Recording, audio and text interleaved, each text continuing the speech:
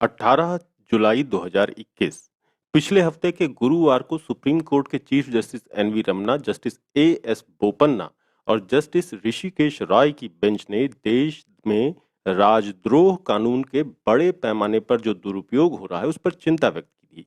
Chief justice Ramana ने IPC की धारा 124A को चुनौती देने वाली याचिका पर नोटिस जारी करते हुए कहा कि ये एक औपनिवेशिक कानून है। ये आजादी के आंदोलन को दबाने के लिए था। इस कानून का इस्तेमाल अंग्रेजों ने महात्मा गांधी और तिलक आदि को चुप कराने के लिए किया था। सीजेआई रमन्ना ने पूछा कि आजादी के 75 साल बाद भी क्या ये जरूरी है?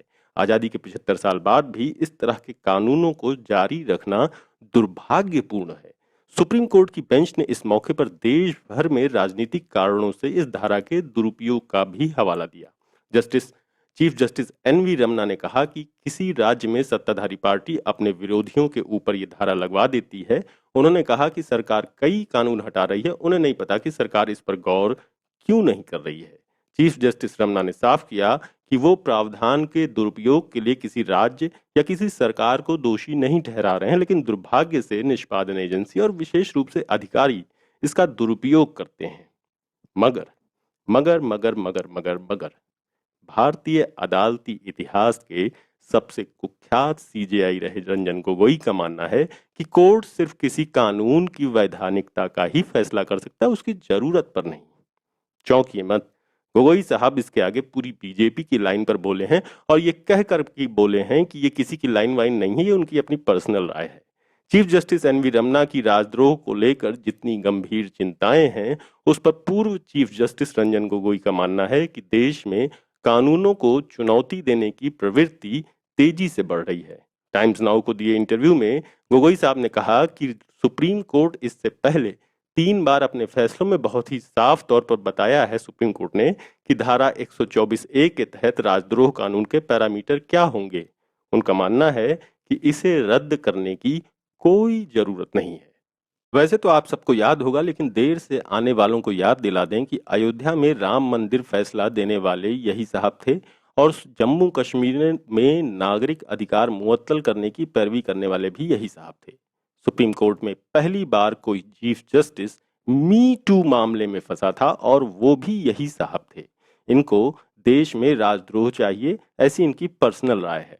हालांकि जितना हम रमन्ना सर को जानते हैं, गोगोई साहब के इतना बोलने के बावजूद जब भी वो उनसे मिलेंगे, आमना सामना होगा, रमन्ना साहब मुस्कुराकर ही गोगोई साहब का खैर मकदम करेंगे।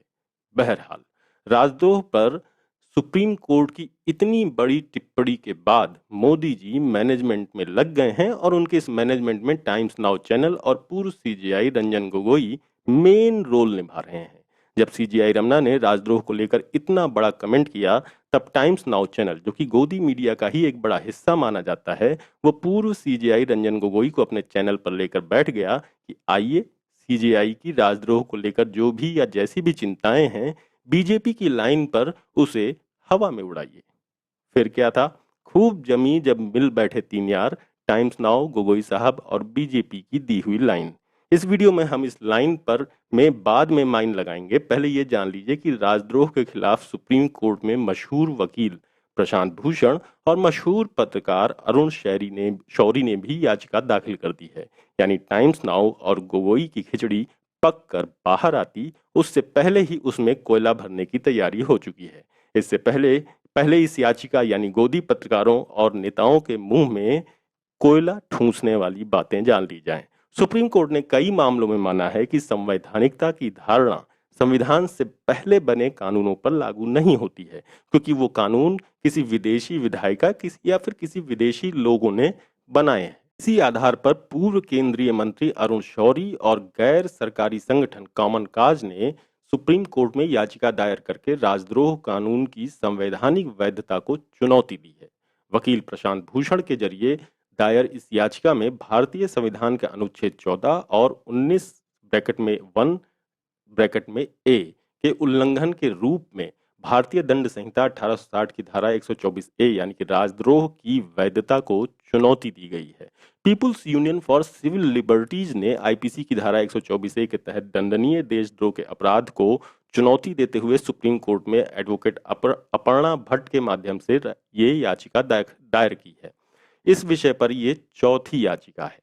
याचिका में कहा गया है कि राजद्रोह का अपराध अस्पष्ट है, मतलब साफ नहीं है, और ये आपराधिक अपराध की कसौटी पर खरा नहीं उतरता है। साथ ही ये भी कहा गया है कि अवमानना, घृणा और असंतोष जैसे शब्दों का इस्तेमाल इस विवादित धारा में किया गया है।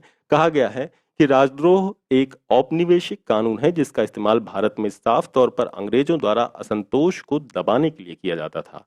याचिका में कहा गया है कि हालांकि 1962 में केदारनाथ बनाम बिहार मामले में सुप्रीम कोर्ट द्वारा इस प्रावधान को बरकरार रखा गया था, लेकिन अब कानून की स्थिति बदल गई है, इसलिए इस मामले में फिर से विचार करने की जरूरत है।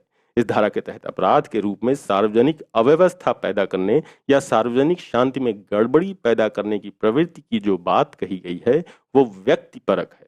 शौरी और एनजीओ कॉमन कॉज की याचिका में कहा गया है कि राजद्रोह एक औपनिवेशिक कानून है जिसका इस्तेमाल भारत में ब्रिटानियों द्वारा असहमत को दबाने के लिए किया गया था। इस संबंध में ये उल्लेख किया गया है कि केदारनाथ मामले ने प्रावधान को बरकरार रखा था क्योंकि धारा 124 ए की 2 व्याख्याओं के कारण कोर्ट ने व्याख्या के लिए संवैधानिकता के अनुमान के सिद्धांत को लागू किया ताकि इस धारा को बचाया जा सके। अब चलते हैं बीजेपी के नुमाइंदों की ओर, जो राजद्रोह रखने और हम सब पर लगाने की वकालत कर रहे हैं। वैसे बता दें कि जब देश गुलाम था तब यही संघी अंग्रेजों की तलचटई करते थे और गुलामी की वकालत, तो लाजमी है कि ये राजद्रोह की भी वकालत करेंगे ही।